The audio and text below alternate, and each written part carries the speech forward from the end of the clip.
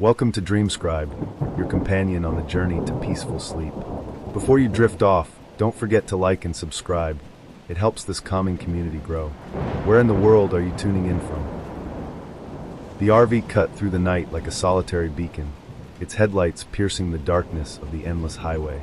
Inside, the mood was lighter than the black expanse outside. Ryan gripped the steering wheel, his eyes focused on the road. The soft hum of the engine was the only sound, broken occasionally by the murmur of conversation. "I told you we should have filled up back in town," Emily said, her voice tinged with worry. She sat in the passenger seat, clutching a worn road map. The dim overhead light illuminated her furrowed brow as she traced their route with a finger. "We had plenty of gas then," Ryan replied, his tone defensive but calm. "The next station can't be that far." From the back, Alex leaned forward, his ever-present grin visible in the rearview mirror. "Relax, Em. We're on an adventure. What's a road trip without a little uncertainty?" Emily shot him a glare. "Uncertainty is fine. Being stranded in the middle of nowhere isn't." Ryan's gaze flicked to the dashboard. The fuel gauge was teetering dangerously close to empty. He didn't say anything, but his jaw tightened. Minutes stretched into an hour, the tension inside the RV growing with each mile. The highway was deserted, flanked by tall, dark pines that seemed to close in the farther they drove. Even the moon seemed reluctant to shine, hidden behind thick clouds that refused to part. "There," Alex pointed to a faint glow ahead. "I think I see something." Ryan squinted, relief washing over him as a flickering neon sign came into view. "Last stop gas," the sign read, its letters buzzing faintly as if struggling to stay lit. The station sat at the end of a narrow road that branched off the highway, its overgrown path barely visible. "This looks sketchy," Emily said, her unease evident. Ryan sighed. "Do we have a choice?" As they pulled into the lot, the RV's tires crunched over gravel and cracked concrete. The station was a relic from another era, with rusted pumps and a dilapidated convenience store. The windows were smeared with grime, and the door hung slightly ajar, creaking in the breeze. "I'll handle the gas," Ryan said, stepping out. "Alex, come with me." "Emily, stay here." "Gladly," Emily muttered, locking the doors behind them. Ryan approached the pumps, which looked as though they hadn't been used in decades. Despite their age, the faint glow of the digital display caught his attention. "This shouldn't be working," he muttered, running his fingers over the worn buttons. "Creepy but convenient," Alex quipped, pulling out his phone to snap a picture. "This place is a vibe." Ryan rolled his eyes. "Let's just get this over with."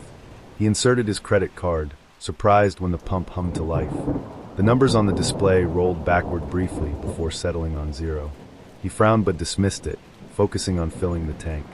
Meanwhile, Alex wandered toward the convenience store. The door creaked as he pushed it open, the stale air inside heavy with the scent of mildew and dust. Shelves lined with outdated products stood untouched, their labels faded and peeling. "Guys," Alex called over his shoulder. "You have to see this." Ryan joined Alex inside, leaving the pump running. The fluorescent lights overhead flickered weakly, casting long shadows across the narrow aisles. Emily, unable to resist her curiosity, followed reluctantly, her arms crossed tightly over her chest. The store was like a time capsule. Candy bars with logos from the 1980s sat alongside rusted cans of soda. A stack of newspapers lay on the counter, their yellowed pages dated decades ago. "Missing Persons Plague Highway 17, read the headline, accompanied by grainy black and white photos. Emily picked up one of the papers, her heart sinking as she read the subhead. "Dozens vanish without a trace near isolated gas station." She looked up, her voice trembling. "Ryan, I don't think we should be here." Ryan opened his mouth to reply, but Alex interrupted. "Look at this," he said, gesturing to a wall of old photographs. The black and white images showed smiling families and cheerful attendants, all posed in front of the gas station. But something about their eyes, dark, hollow, and lifeless, sent a chill down Emily's spine. "Okay, this is officially creepy," Ryan said, stepping back. "Let's just finish fueling and get out of here." As they stepped back outside, the temperature seemed to have dropped. The air was heavy, and the wind carried a faint metallic tang that made Emily gag. She glanced toward the edge of the lot and froze. A figure stood in the shadows, motionless. Its outline was indistinct, more of a smudge in the darkness than a person. "Ryan," she whispered, grabbing his arm. "Do you see that?" He followed her gaze, his eyes narrowing. "There's nothing there." "Yes, there is," she insisted, but when Alex swung his flashlight toward the spot, it revealed only the empty tree-line. "Relax, Em," Alex said with a nervous laugh. "You're letting this place get to you." Emily didn't respond. She couldn't shake the feeling that they were being watched. Ryan returned to the pump, but his heart sank when he saw the gauge. Despite running for several minutes, the needle on the RV's dashboard hadn't moved. In fact, it had dropped lower. "That's not possible," he muttered, yanking the nozzle from the tank. The fuel smelled strange, thicker, with an almost metallic odor. "What's wrong?"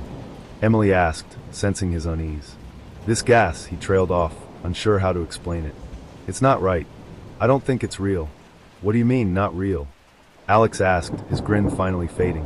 Ryan shook his head, tossing the nozzle aside. "We need to go. Now." "But what about the fuel?" Emily pressed. Ryan looked at her, his eyes dark. "What if this place doesn't want us to leave?" Before anyone could respond, the faint sound of footsteps echoed from behind the RV. Ryan spun around, shining the flashlight, but there was nothing there. The sound came again, closer this time. A low, rhythmic tap-tap-tap, like boots on concrete. "Get in the RV," Ryan said, his voice low and urgent. Alex didn't argue. He climbed into the vehicle, followed closely by Emily. Ryan lingered for a moment, scanning the darkness. The hairs on the back of his neck stood on end. He thought he saw movement, a shadow darting between the pumps, but when he blinked, it was gone. As he climbed into the driver's seat and turned the key, the engine sputtered and died. The RV refused to start. "No, no, no," Ryan muttered, turning the key again. The engine groaned, but didn't catch. "What's happening?" Emily asked, her voice trembling. Ryan didn't answer. Outside, the shadows seemed to press closer, the darkness swallowing the faint glow of the gas station's neon sign. And then, from somewhere deep in the fog, a voice whispered, "You shouldn't have stopped." The gas station loomed in the eerie half-light of the flickering neon sign, its broken facade casting jagged shadows across the cracked concrete lot. The air seemed heavier here, carrying a metallic tang that clung to the back of their throats. The world felt unnaturally still, as though the gas station existed in a bubble, detached from reality. Emily leaned against the RV, her arms crossed tightly over her chest. Her eyes darted to every corner of the lot, scanning for movement. "This place doesn't feel right," she murmured, her voice barely audible over the faint hum of the neon sign. Ryan knelt by the gas pump, frowning as he tried to coax it into working. The nozzle felt cold and damp in his hand, and the digital display flickered erratically. "It's just old," he said, more to himself than to Emily. "Probably hasn't been maintained in decades." From inside the RV, Alex called out, "If it's so old, how's it still running? That pump looks like it came out of a museum." Ryan ignored him, his focus on the faint trickle of fuel flowing into the tank. He didn't have an answer, but the unease gnawing at his stomach was impossible to ignore.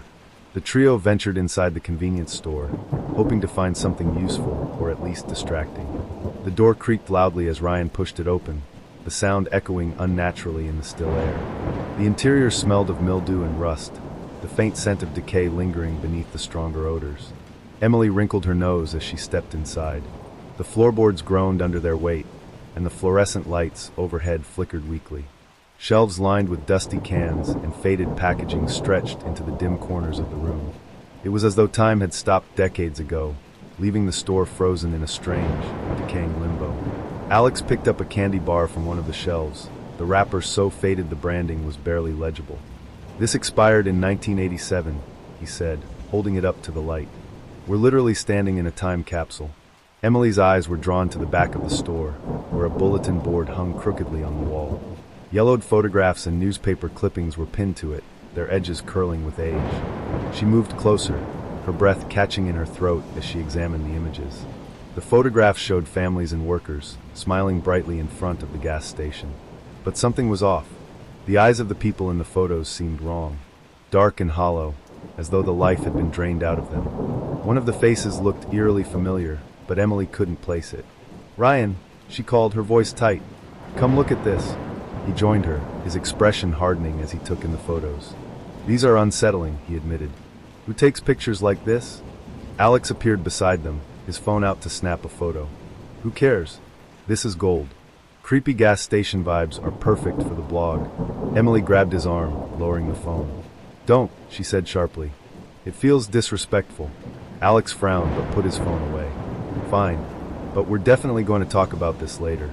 As they explored further, Alex found an old radio sitting on the counter. Its metal casing was rusted, and the dials were cracked, but it appeared intact. "Check this out," he said, twisting the knob. Static filled the air, loud and grating. Alex adjusted the dials, his brow furrowing as he tried to find a station. For a moment, the static faded, replaced by faint, distorted music. The tune was old-fashioned, like something from the 1940s, and it played in a warped, looping pattern. "This is weird," Alex said, leaning closer. "It's like it's stuck." Suddenly, the music cut off, replaced by a low, distorted voice. "You shouldn't have come here." The word sent a chill down Emily's spine. She stepped back, her heart pounding. "Turn it off," she said urgently. "Turn it off." Alex complied, twisting the knob until the radio went silent. The room felt heavier, the air pressing down on them like a physical weight. "What was that?" Ryan asked, his voice low. Alex shook his head. "I don't know. Probably just interference." Emily wasn't convinced. "Interference doesn't know we're here," she whispered. When they stepped back outside, the atmosphere had changed. The once silent lot was now filled with faint noises. The distant sound of rustling leaves, the occasional creak of metal. The temperature had dropped, and a thin fog had begun to creep in, curling around the RV and the pumps like grasping fingers. Ryan walked to the edge of the lot, his flashlight cutting through the fog. The road they had driven in on was barely visible now, swallowed by the dense mist. He turned back to the group, his expression grim. "We need to get out of here," he said. "Now." Emily nodded, her eyes darting to the tree-line. Shadows seemed to shift between the trees, though she couldn't be sure if it was her imagination or something more sinister. "Ryan, what if we're not alone?" she whispered. He didn't respond, but his hand tightened around the flashlight. Alex, always curious, wandered toward the edge of the lot. His flashlight beam landed on something half buried in the dirt, a small metal box. "Hey guys, check this out," he called, crouching to dig it out. Ryan and Emily joined him as he opened the box, revealing its contents: old photographs, a tarnished key, and a faded journal. The photos were similar to the ones inside the store, but these were more disturbing. The faces of the people were blurred, their features smeared as though they had been erased. Emily picked up the journal, her hands trembling. The pages were brittle, the ink faded but still legible. She read aloud, "They come at night. The shadows. They take whoever lingers too long. I can hear them calling my name." Ryan grabbed the key from the box, turning it over in his hand. "What does this open?" he asked, but no one had an answer. The fog thickened, and the air grew colder still. The trio hurried back to the RV, the weight of their discoveries pressing heavily on them.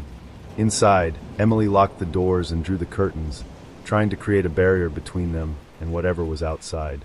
Alex sat at the small table, flipping through the journal. "This is insane," he said, his voice barely above a whisper. "Who writes stuff like this?" "Someone who was scared," Emily replied. "Someone who didn't make it out." Ryan stood by the window, his eyes scanning the lot. The shadows seemed closer now, pressing against the edges of the fog.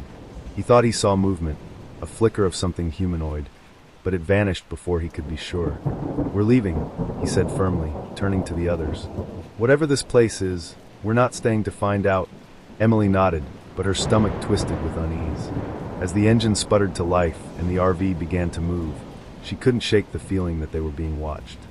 As they pulled away from the station, Emily glanced in the side mirror.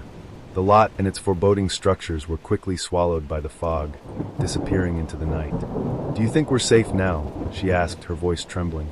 Ryan didn't answer right away. He kept his eyes on the road, his hands gripping the wheel tightly. Finally, he said, "I don't know." From the back, Alex looked up from the journal, his face pale.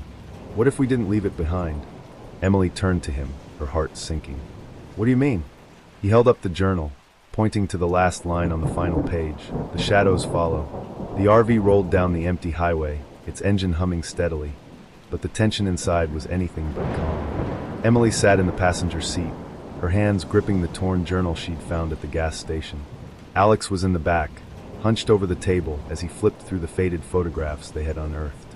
Ryan, at the wheel, focused intently on the road ahead. The fog that had encased the gas station was gone, but its memory lingered, thick and oppressive.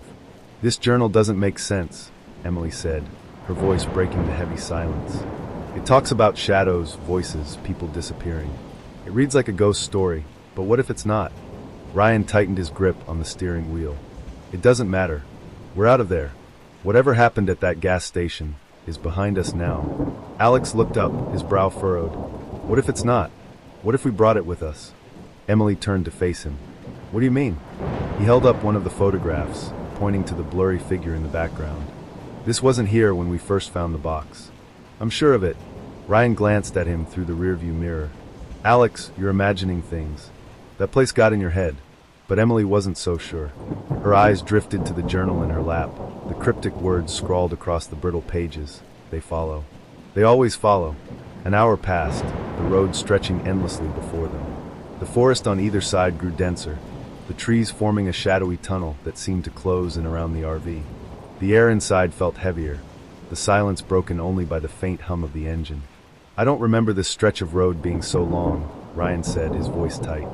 Emily glanced out the window. The landscape was repetitive, almost unnaturally so. The same twisted trees, the same patches of overgrown grass. Are we sure we're still on the highway? She asked. Ryan nodded, but doubt flickered across his face. The GPS is still tracking us. We're fine. Alex leaned forward, staring out the windshield. Does anyone else feel like we're going in circles? Emily's stomach twisted. She hadn't wanted to say it, but the thought had been gnawing at her too. It's like the road doesn't want us to leave. Ryan shook his head. Don't start with that. We're just tired. Once we get to a main junction, everything will look normal again. But as he spoke, the RV's engine sputtered, then stalled. The vehicle coasted to a stop in the middle of the deserted road. Ryan cursed under his breath, turning the key again and again, but the engine refused to start. Great, Alex muttered. Stranded in the middle of nowhere. Just what we needed. As Ryan stepped out to check the engine, Emily and Alex stayed inside, watching nervously. The temperature dropped noticeably, their breaths visible in the suddenly chilled air. Emily glanced out the window and froze. The fog was back. It crept in from the forest, curling around the RV like a living thing. The once clear road was swallowed by the thick gray mist, obscuring everything beyond a few feet. Ryan! Emily shouted, opening the door. Get back inside. He didn't hesitate. Slamming the hood shut, he climbed back into the driver's seat, his face pale. What the hell is this? Alex stared out the window, his voice barely above a whisper. It's the same fog. From the gas station. Emily gripped the journal tighter, her eyes scanning the cryptic entries. One passage stood out, underlined in shaky handwriting. The fog is their domain. Stay inside. Do not trust the light. What does that mean? Ryan asked, his eyes flicking to the journal. Emily shook her head. I don't know, but it doesn't sound good. The first tap came from the roof. It was soft, almost imperceptible, but in the suffocating silence, it sounded like thunder. Emily's head snapped up, her heart racing. What was that? Another tap. Then another, closer to the edge of the RV. Ryan grabbed the flashlight and moved to the door. Don't, Emily pleaded. Don't go out there. We need to know what it is, he said, his voice firm. He opened the door cautiously, shining the beam of light into the fog. The mist seemed to absorb the light, making it difficult to see more than a few feet ahead. He stepped out, the gravel crunching under his boots. Do you see anything? Alex called from inside. Ryan turned, his flashlight sweeping across the road. No, nothing. But as he spoke, the beam caught movement, a flicker of shadow darting between the trees. Ryan froze, his grip tightening on the flashlight. There's something out here, he said, his voice low. Emily and Alex joined him at the door, their eyes scanning the fog. The shadows moved closer, indistinct shapes that seemed to ripple and shift like smoke. One figure stopped just at the edge of the light, its glowing eyes piercing through the mist. Back inside, Ryan shouted, pushing them toward the RV. The door slammed shut, and Ryan locked it, his breath coming in short, sharp bursts. Emily peered through the curtains, her heart pounding as the shadows surrounded the RV. The tapping resumed, louder this time, as if dozens of hands were rapping against the metal. Alex backed away from the windows, clutching the journal. What do they want? He asked, his voice trembling. Emily flipped through the pages, desperate for answers. It says they feed on fear, she said. They want us to panic, to make a mistake. Ryan clenched his fists. Well, they've got us trapped. What are we supposed to do? Before Emily could respond, the radio crackled to life. Static filled the cabin, followed by a low, distorted voice. Give us one, and the rest can leave.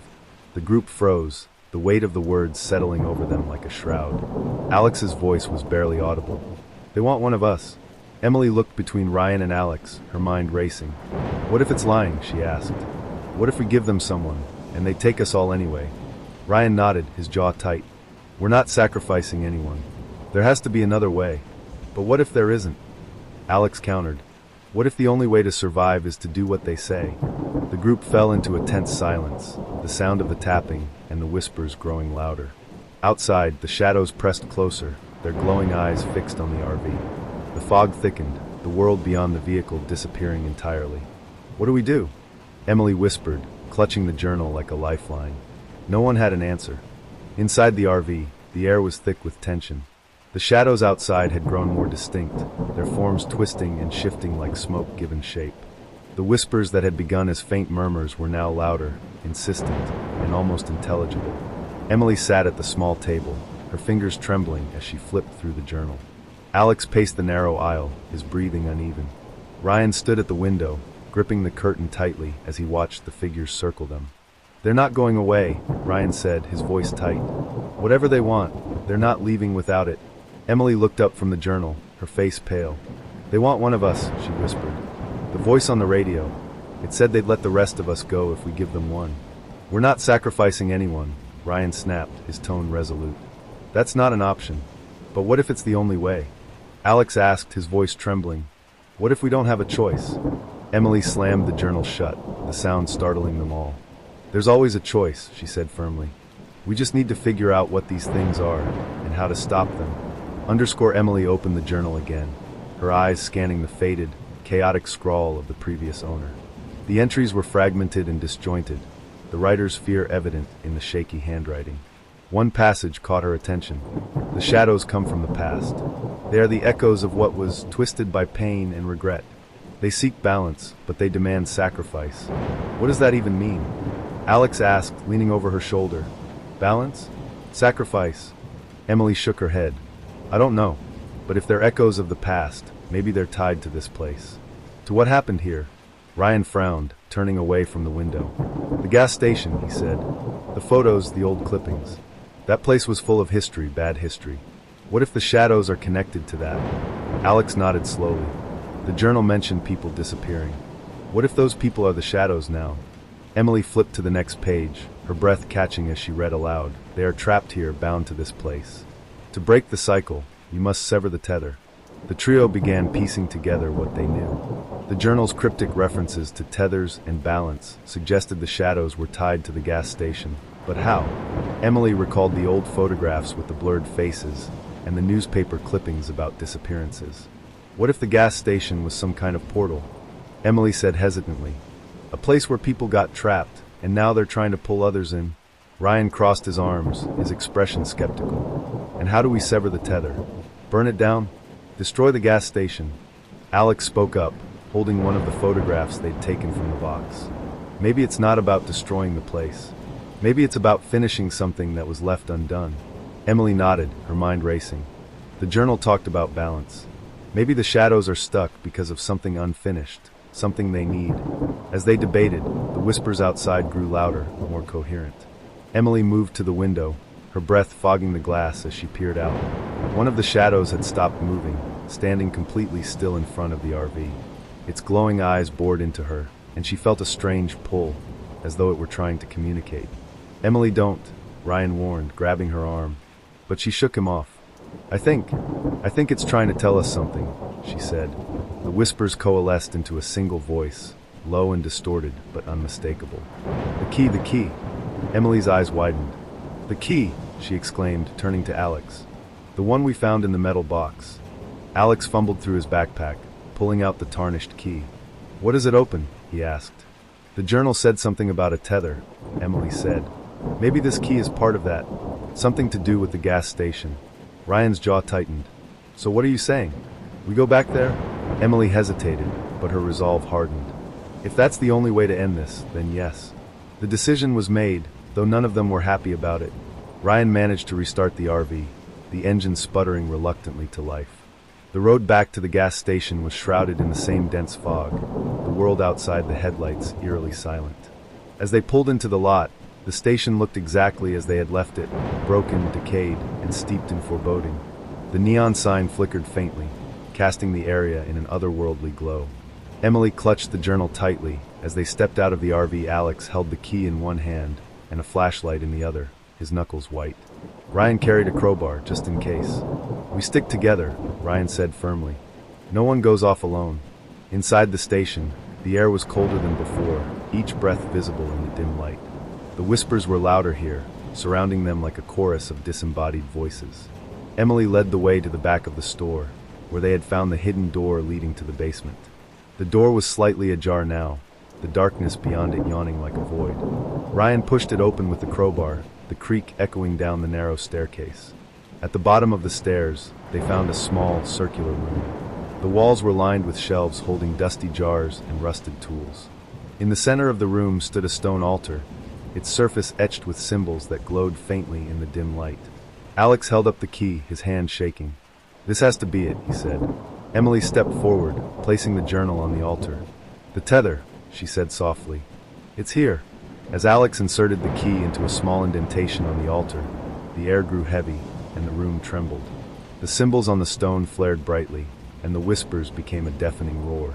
"They're coming," Ryan said, gripping the crowbar tightly as shadows began to seep into the room, their glowing eyes fixed on the group. Emily flipped through the journal frantically, searching for guidance. "It says we have to offer something," she said. "Something meaningful." Ryan frowned. "Offer what? We don't have anything."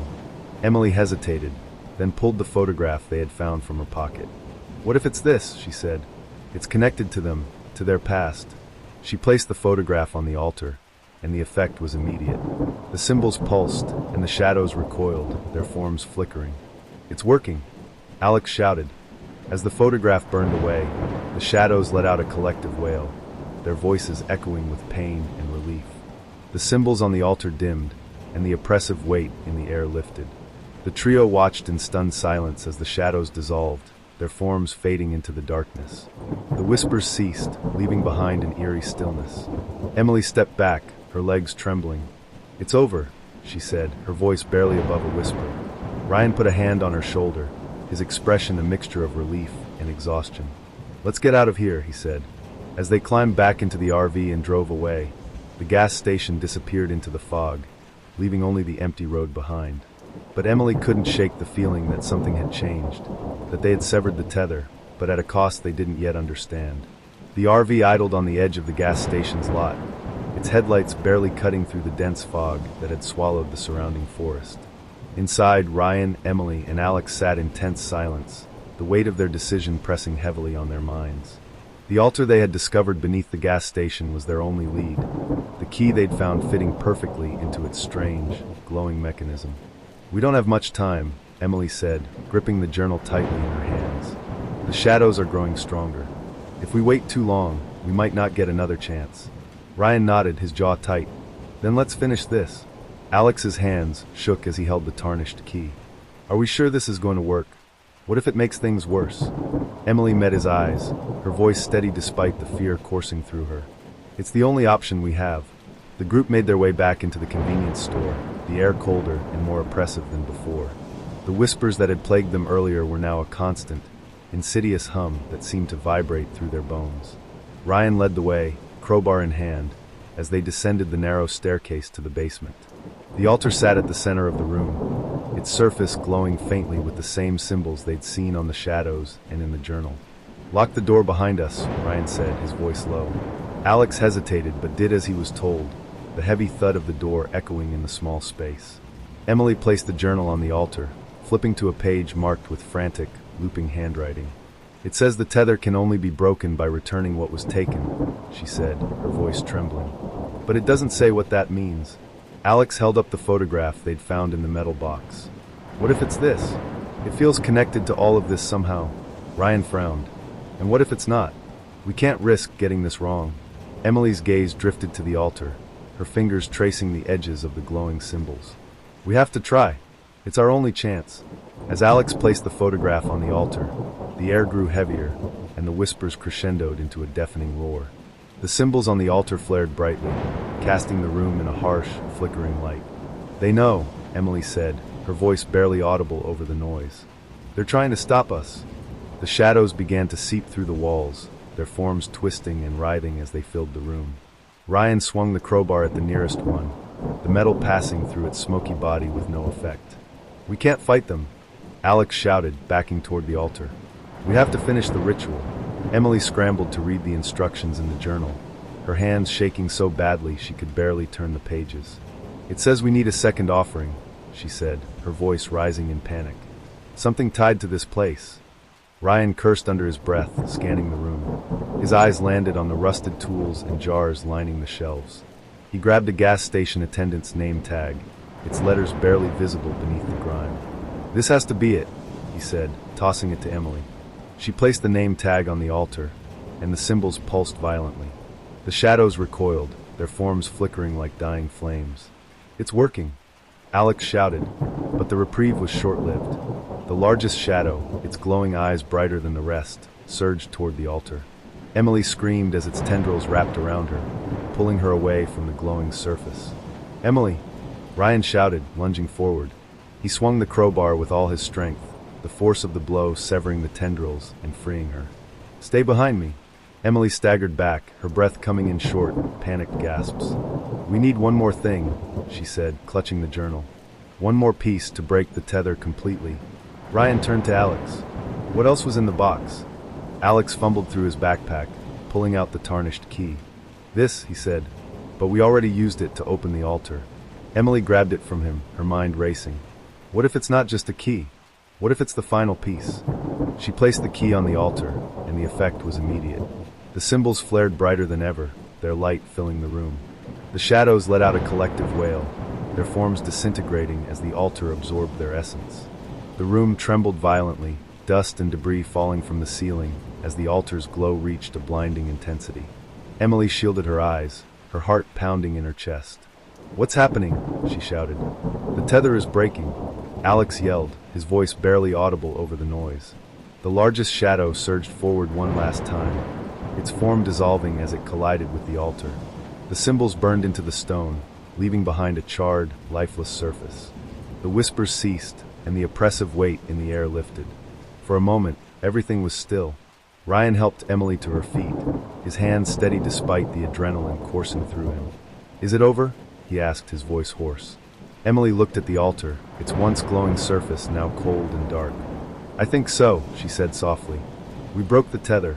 Alex slumped against the wall, his face pale.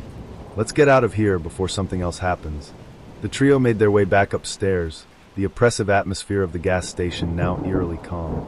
As they stepped outside, the fog began to dissipate, revealing a clear night sky and the winding road ahead.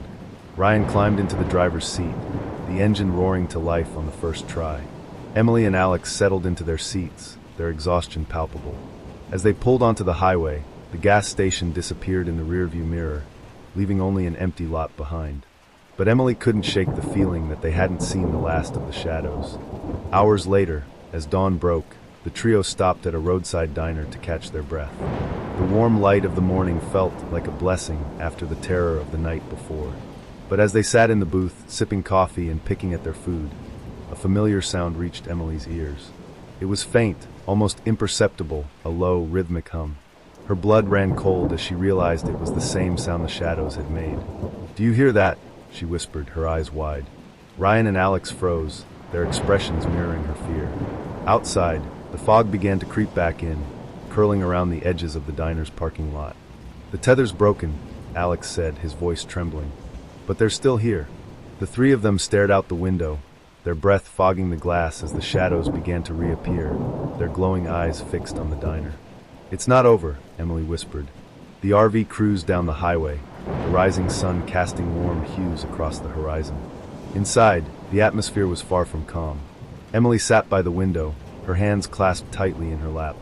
Alex was slumped in the corner, staring blankly at the floor, while Ryan gripped the steering wheel, his knuckles white.